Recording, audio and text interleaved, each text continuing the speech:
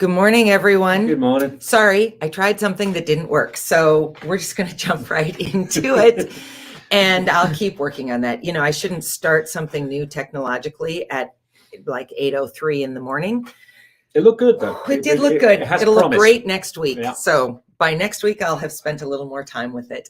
Welcome to Daily Dose. It's Guest Thursday. We are very much looking forward to having two guests join us today. Tracy Ritter and Sarah Werner are coming on. They were introduced to us from Jennifer Place, who joined us, I don't know, maybe a month ago. Jennifer's with the Colorado Consortium for Prescription Drug Abuse Prevention, and she knows Sarah and Tracy that way. So let's bring them on camera and get this conversation started. Good morning, Tracy. Good morning, Tracy. Good morning. Good morning, Sarah. Hey, Sarah. Good morning. We are really, really thrilled to have you with us this morning to talk about both a personal and a professional side of addiction that you have both experienced differently but similarly. So why don't we jump right into the personal pieces of it, and then we'll talk about the advocacy work and the actual work that you are doing around addiction, particularly as it relates to opioids. So, Tracy, you're on top with us. Do you want to start talking about Evan? Sure, I'd be happy to. Good morning, everybody. I am from Denver, Colorado, and my family and I lost our son, Evan, to a substance overdose death in October of 2018. Evan was 25 years young, and we're coming up on his 29th birthday here would be his 29th birthday in April of this year. But, you know, Evan was the light of my life, and his memories and what he had to offer to this world, I still reflect upon that, and I still focus my attention on him as a person aside of the addiction. And that's what carries me through, and that's what my advocacy work involves. First of all, I'm so sorry for your loss. I just, as a mother of a boy, I just cannot fathom it. And so thank you for figuring out how to make some sense of that terrible, terrible loss. I guess my question for you before we move on to Sarah is just, were you in advocacy before this happened, or did this come about because of your loss? It really did come about because of my loss. I was not doing advocacy work prior. I think that, you know, through my own spiritual faith, and then through the purpose that I feel in terms of sharing Evan and his story in order to help other people, that was kind of my driving force to move forward with some of the things that I am doing or have done up to this point. And I think it's definitely part of my own healing also in doing the work that I am at this time. Yeah, absolutely. So Sarah, you have a similar story about your nephew, Jonathan. Maybe you could tell us a little bit about Jonathan and that experience, please. Sure. Pardon me. My husband and I have no children, so we really dote on our nieces and nephews. And I was particularly close to my nephew, John. I knew he was having substance use issues when he was in high school. And in fact, he was in treatment during his senior year of high school. But he seemed to be doing well. I had assumed it was alcohol. I knew there were some other marijuana and perhaps other drugs, but I really was not very well educated in the problems of substance use disorder. And we lost John when he was 19. He was in his third day at college. And he relapsed and used heroin that had been poisoned with fentanyl. So it was actually the fentanyl that killed him. I was totally devastated and gobsmacked because we had locked up our wine when he came and stayed with us, because I thought that was the issue. So with the inspiration of my sister and her husband, that's how I came to be involved in the work of the consortium and joining Safe Project. Well, we'll say the same thing to Yeah. you. We're so sorry Yes. for your loss as well. Family is family. Whoever you bring into your world are the people that matter to you. And so to lose him at both these young men at such incredibly young ages, for such terrible reasons, I cannot imagine how either one of you have carried on, but you have. And you're doing such important work. So I want to read again. You're the co-chairs of the Affected Families and Friends work group inside the Colorado Consortium for Prescription Drug Abuse. So let's talk a little bit about that work, and then we'll talk about Safe Project and some of the other things that are happening. So we'll just open it up to the two of you to talk about it however you would like to. Sure. The Colorado Consortium is an organization that is trying to coordinate the response to the opioid epidemic in Colorado.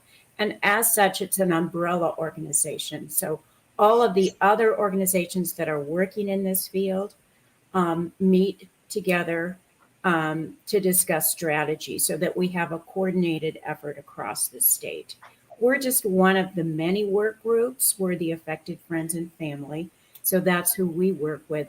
Some of the other groups include treatment, recovery, criminal justice, safe disposal, etc. And each work group has its specific purpose and reason. And so in this way, we feel it makes our response stronger because we're able to unite all the disparate groups to have a more unified effort. Absolutely. And I think that, and that is so true, everything that Sarah said about the consortium and particularly our Affected Families and Friends work group. We bring people together that are typically affected family members in some way or another, or know somebody that is an affected family member, or a friend, or somebody that's loved somebody that's lost now.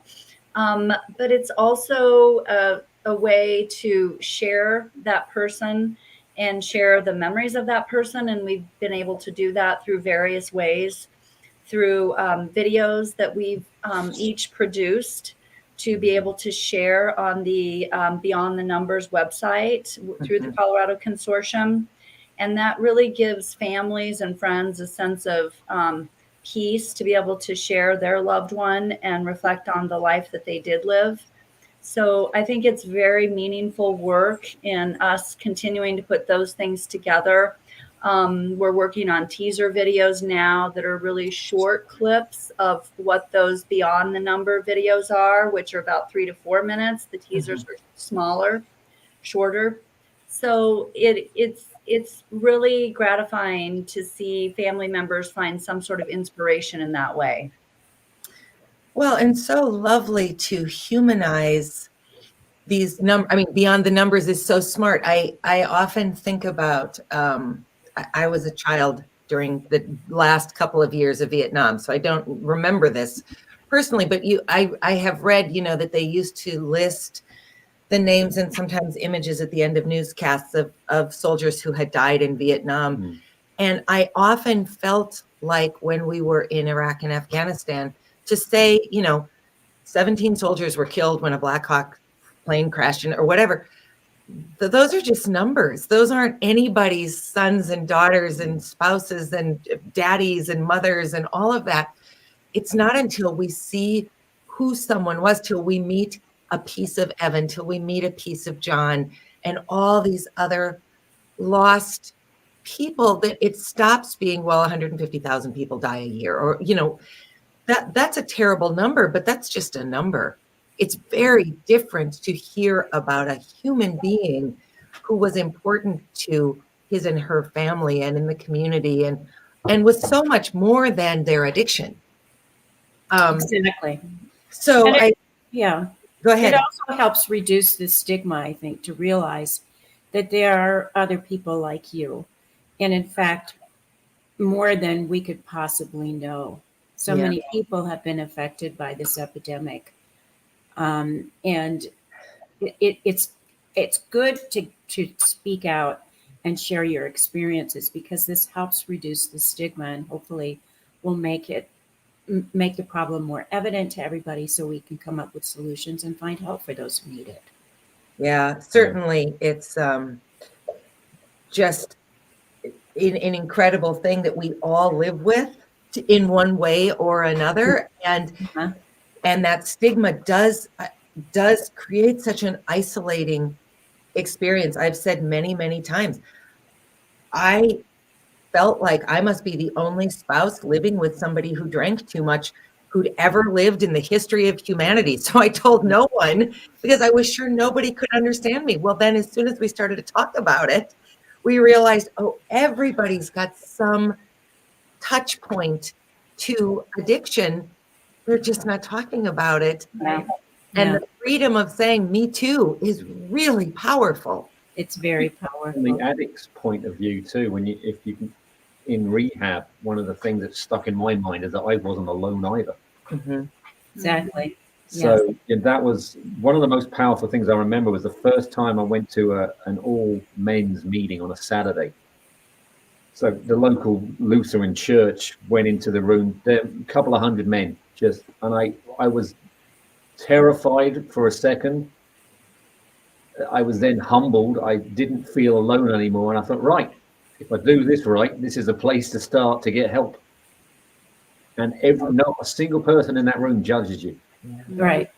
Right. It's a great environment and a safe environment to be in, and to set up organizations that strive for that is an amazing thing to do. Mm-hmm. And that's one of the beauties of, pardon me, of AA, for example. I remember going to a funeral of a friend who had been in recovery from alcohol for years. And I said to somebody else, my gosh, look at all the people in this room.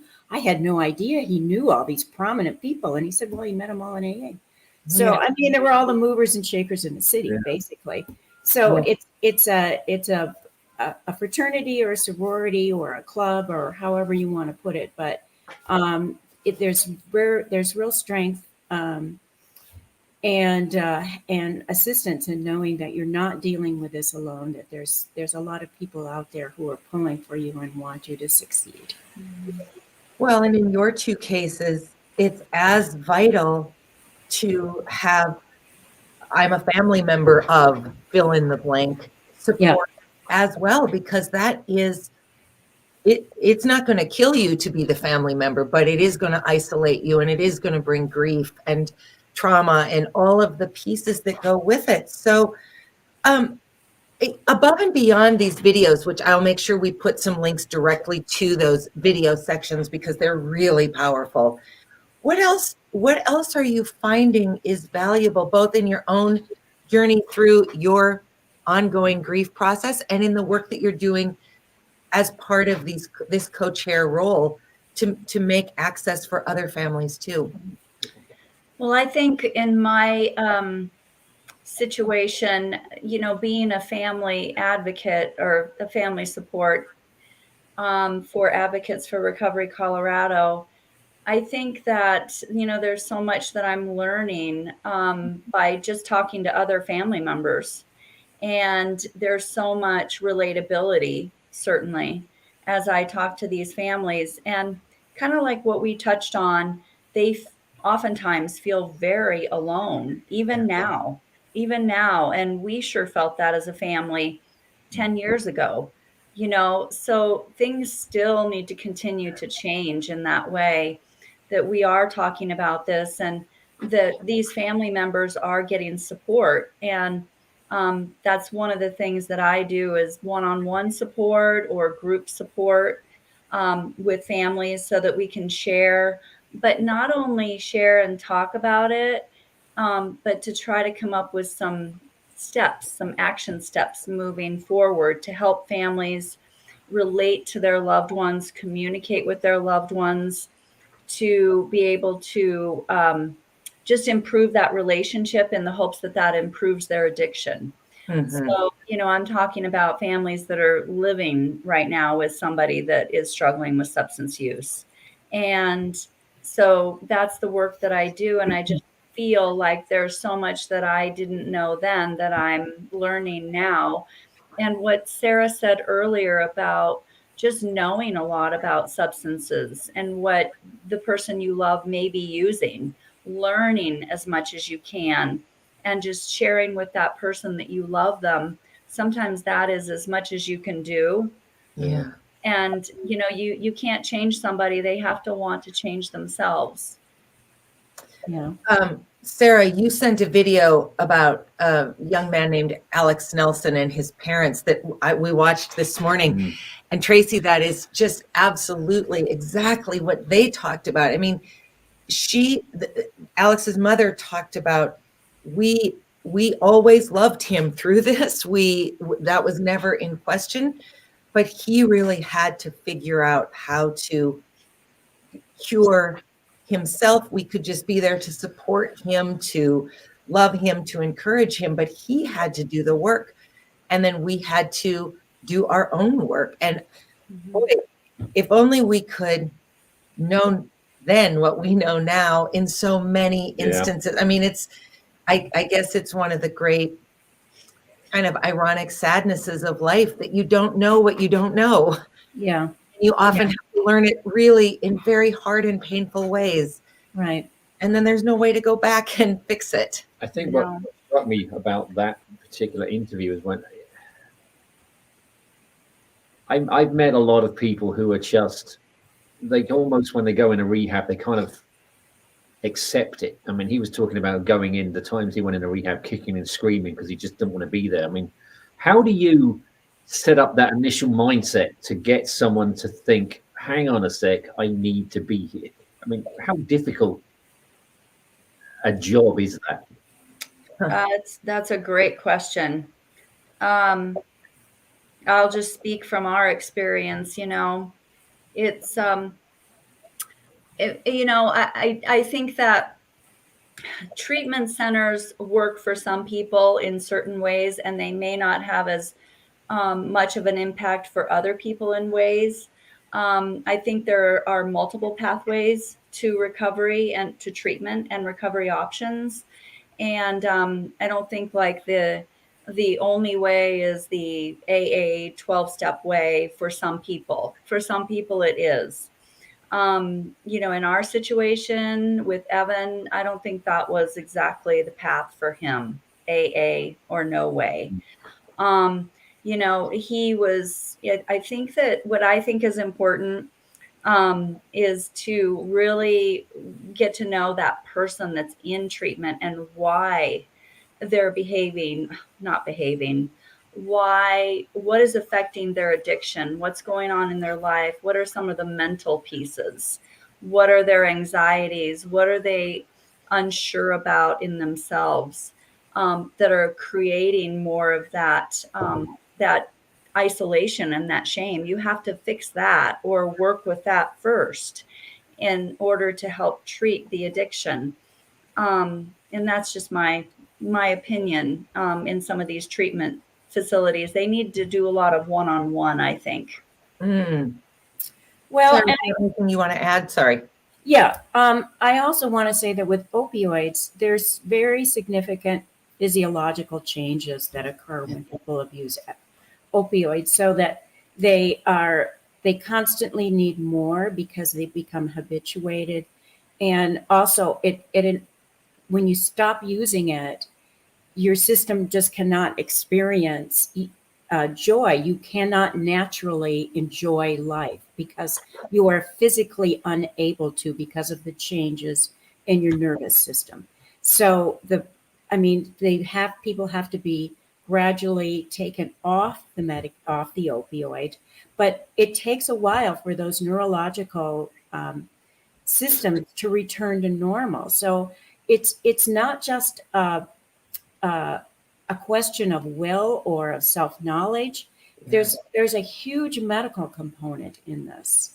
And previously there were not, as it wasn't treated that way as a medical problem. And it is truly a medical problem to overcome an opioid addiction. Yeah. So let's transition a little bit, Sarah. I want to put this up in the chat so that people can find it. And I will add some other links as well as we put notes in. But this SAFE project, which you are part of, this is a national organization. Let's talk a little bit about that, because that website and that information is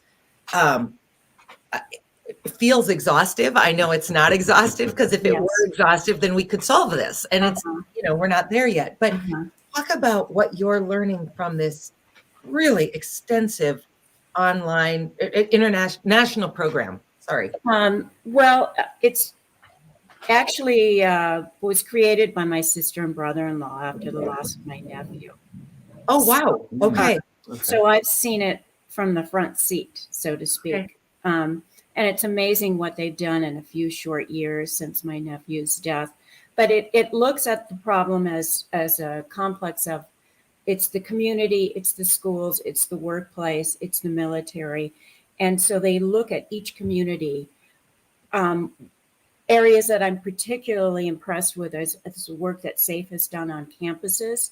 They have a leadership recovery program to teach people who are in recovery to become inspirational leaders to others who are dealing with substance use. They also have something that's called Reconnected, and it's for alumni of universities, because after they leave college or whatever postgraduate institute they're in, they go to a new community. And how do people meet? Usually, or it used to be in non-COVID times, they went to bars. They went out for a drink after work.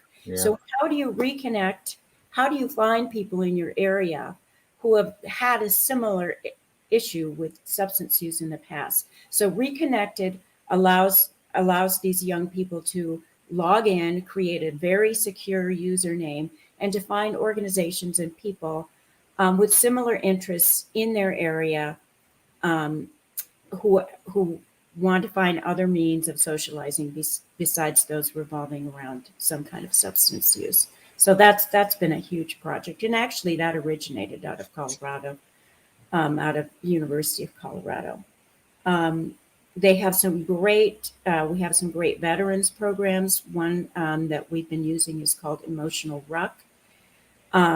Veterans returning from deployment, all of a sudden they're back in a civilian life that is just totally alienated 100 degrees different from what they were in. And it's a difficult adjustment period. So Emotional Ruck and their emotional wellness programs help families, not just the veteran, but their families, to understand what they're going through and deal with the emotional issues so that they don't feel the need to turn to substance use. One of the things I was really struck by and took today was the No Shame Pledge. I really, really loved that. It's for anyone, whether you've experienced addiction personally or lived with it or not, but this idea of kind of 4 simple things. So 1, I acknowledge that this is a disease. This is not a failure or a moral decline on a person's part. It's a disease. And I acknowledge that talking about it is a good thing. And it's really, really beautiful. And I can't wait to get my certificate, quite frankly. I feel very proud of myself.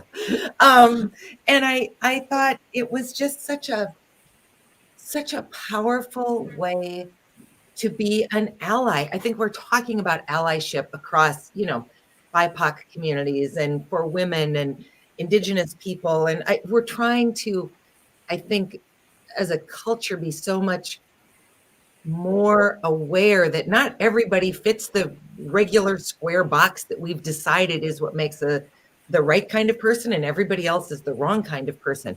This goes so powerfully towards that allyship.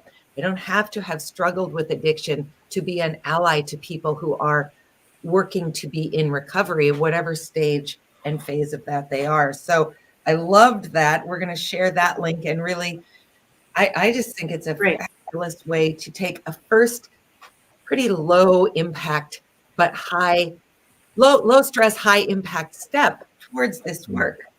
Yes. We Yeah. all know somebody who is struggling, whether we know that they're struggling or not. That's exactly true. And I'm still surprised because I'm very open about what happened in our family and the work that I do. And it still amazes me that people that I've known for a long time and who know what's gone on in my life finally will tell me of an issue in their own family. And at first I'm like, well, why didn't you tell me that 2 years ago? Yeah. And everybody arrives at that place at a different time, but they need to feel comfortable. Yeah. So we need to help everyone feel comfortable about acknowledging this issue. Absolutely. I'm curious to know from either of you or both of you, were you talking about these struggles before you lost these young men? Or did you come to openness because of the loss?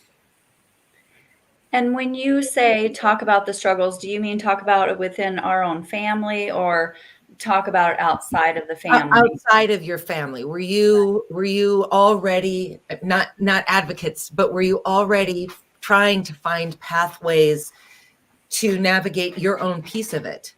We actually, we saw with a family counselor, but that did not help us out at all. It was not the right fit with that particular counselor.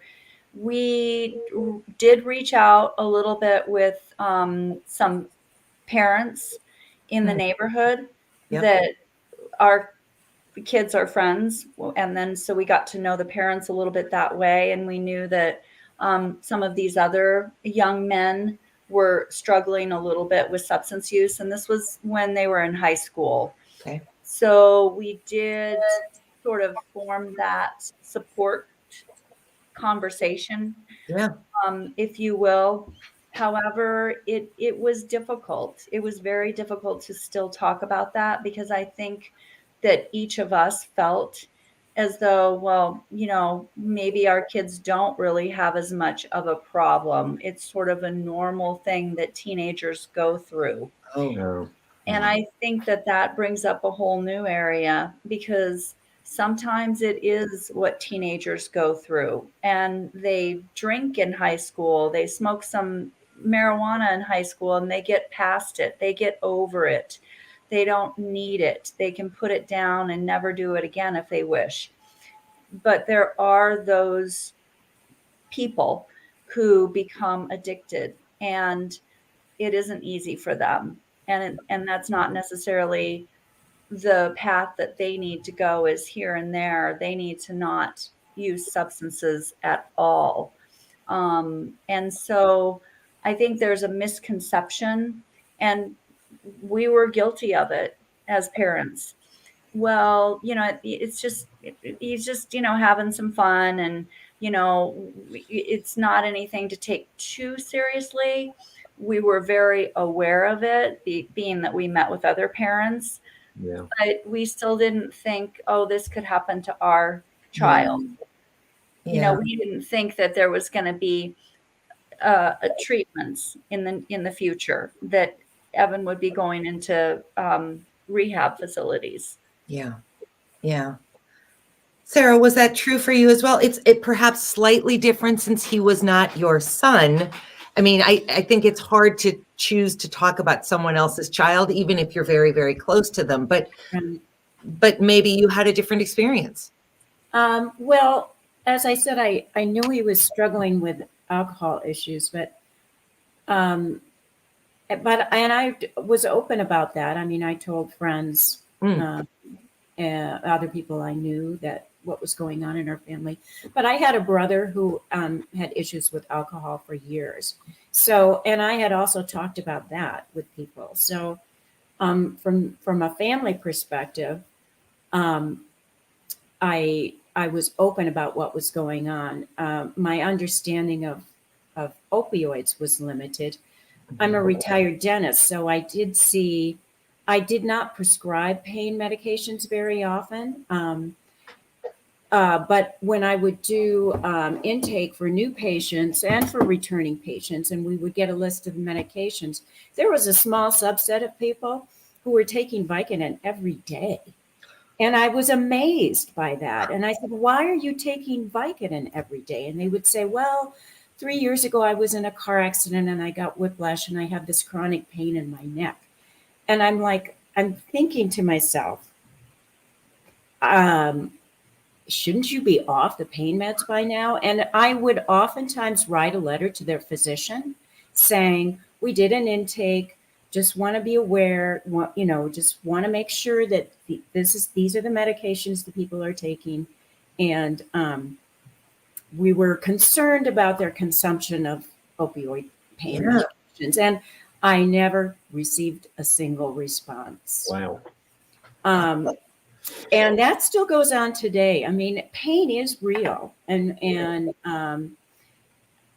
we should make pain medications available to people who need it. It's chronic, it's number one, acute pain. How much pain relief do you really need? Do you really need 40, 60, 80 pills of oxycodone? No, you don't.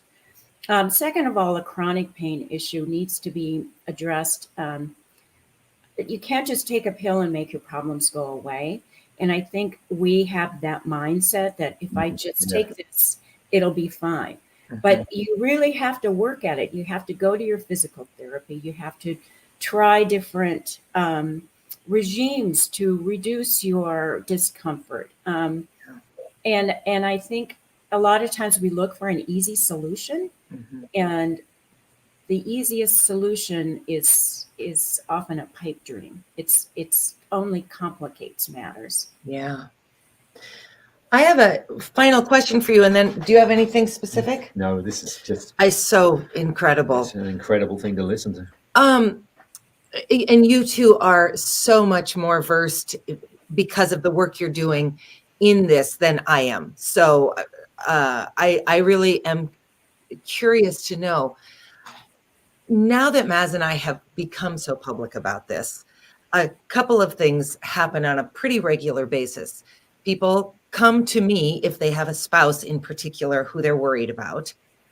And we really have not delved into the world beyond alcoholism, because that has been our lived experience. And I feel pretty firmly that the opioid crisis is a whole other I would think so too. beast that I don't feel like I have any experience with.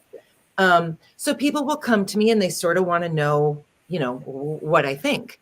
And we are both very clear all the time. We're not playing therapists or medical doctors or anything in that realm. We're just sharing our experience.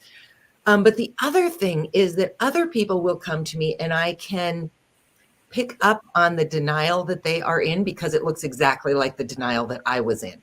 Well, he drinks more than I'm comfortable with, but he's not an alcoholic. Yeah. That would have been what I would have said to anybody who pushed me. I actually said that about myself. Yeah. Yeah. So how in the world do you navigate these conversations when they're very tricky? I don't want to be diagnosing people. It's not appropriate, because I'm not qualified and because we don't know what anybody else's experience is.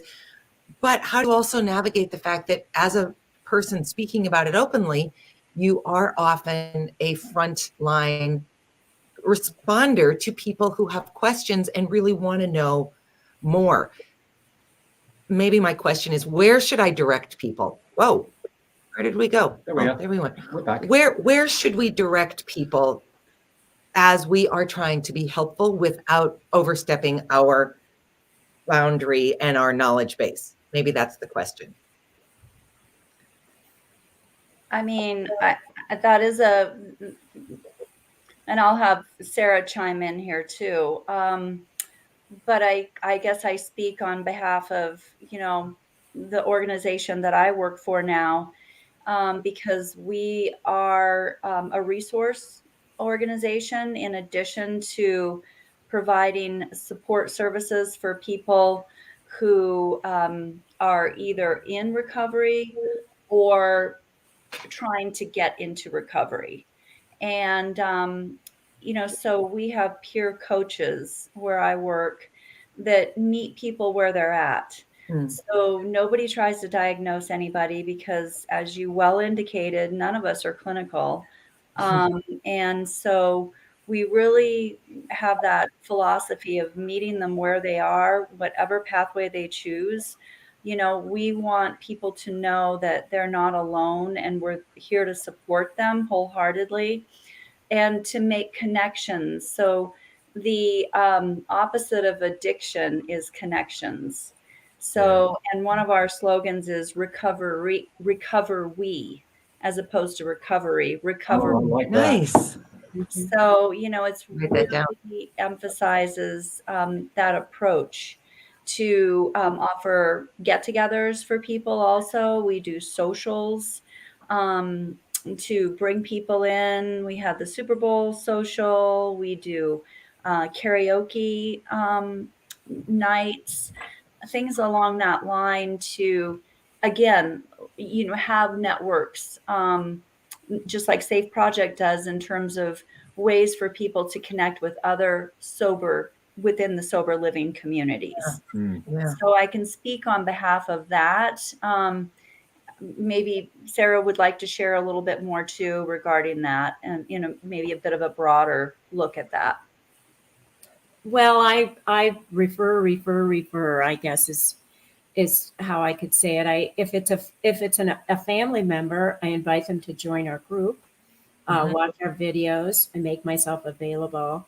If it's somebody who's in denial about their issue, you just listen to them, because if they're in denial, that means they probably deep down already know, but they just don't want to admit it, so. And you don't want to alienate people in that respect. Yeah. That there's a tremendous amount of information available on the internet. So unlike, say, 40 years ago when people truly were completely isolated, now we're connected electronically, at least, if not on an interpersonal level. Yeah. So there's a lot of information out there, and there are a lot of groups that people can join if they need therapy, treatment, whatever. We can help them find it, even though we don't offer that service ourselves. Right. Exactly. And I just wanted to share one more thing that I forgot to share, two little things. So we also do recovery meetings. So basically they're offered 5 nights a week. Wow. And individuals can jump on Zoom, or we meet in person also for those recovery meetings. And those tend to be a great source of support, and just for people that are either in recovery or trying to get into recovery, it's a welcoming community, and they get to share what's been going on with their week. However, it's really important that it doesn't become a war story, if you will, that we stay focused on, what the positives are and what the steps are to get the help, and steps for action, for progress. And then one final thing I'll say is that, with my role as a family support, addiction is a family disease. So my job is to really help the family members, because the better that we can support families with somebody that's either in addiction, in recovery, or in treatment, or in recovery, the more the family can understand their addiction also, or their recovery, and steps to move forward with that. And then obviously is going to ultimately help the communication if families understand what's going on and supported. Yeah. Wow.